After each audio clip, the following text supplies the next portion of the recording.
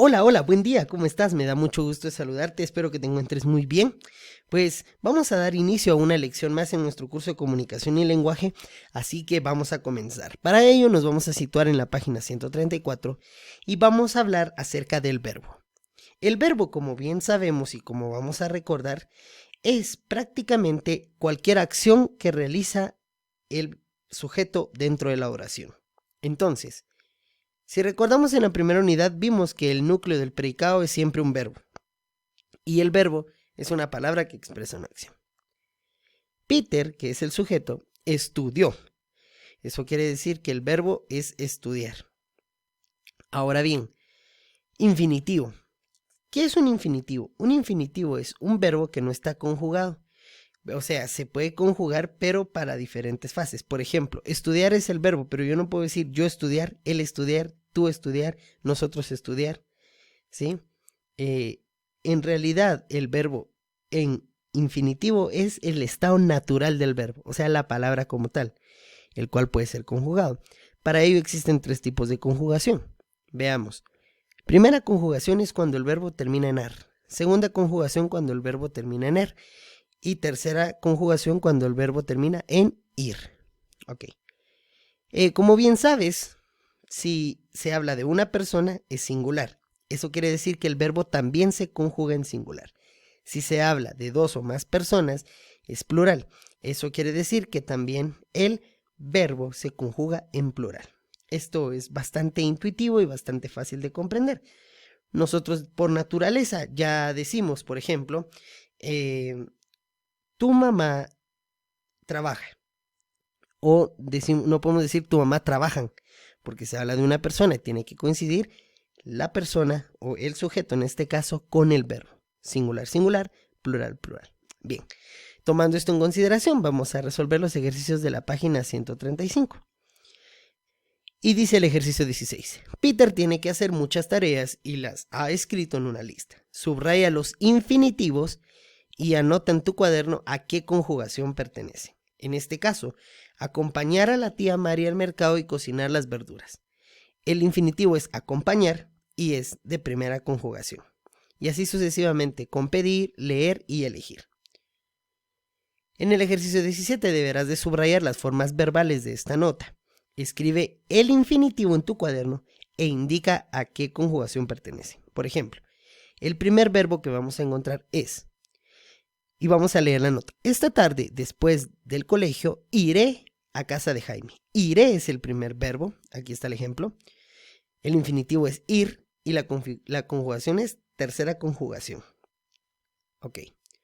El segundo, por ejemplo, sería, ya sabes que vive al lado del parque. Sabes es el segundo verbo. La conjugación es saber y como termina en er, es de segunda conjugación. El infinitivo es saber y es segunda conjugación. Bien, ejercicio 18. Anota el número y la persona de los verbos de las siguientes oraciones. Número y personas. Jaime y sus amigos juegan al escondite. El número es plural. Exacto. Entonces, ¿y cuál, por ejemplo, anota el número y la persona de los verbos de las siguientes oraciones? ¿Cuáles son las personas? Jaime y sus amigos. De ahí está, Andrea irá a casa de Jaime. Aquí ya son los dos son singulares. A pesar de que hay dos personas, está hablando de manera singular de cada uno. Bien.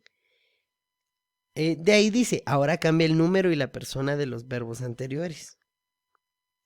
Por ejemplo, si cambias el número y en lugar de nosotros beberemos limonada, colocas yo beberé limonada, ya cambiaste de plural a singular.